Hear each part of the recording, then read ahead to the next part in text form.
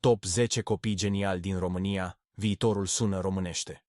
10. Ilinca Băcilă. Copil minune în muzică, fostă la Eurovision, dacă vrei și artă, nu doar știință.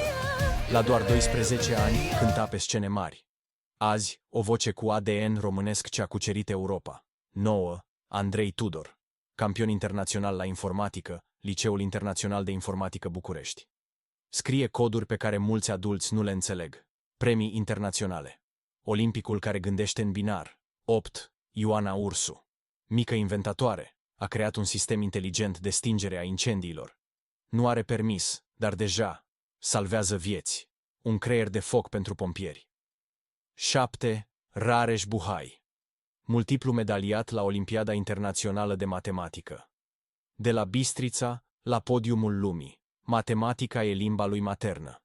6. Maria Raluca Sârbu.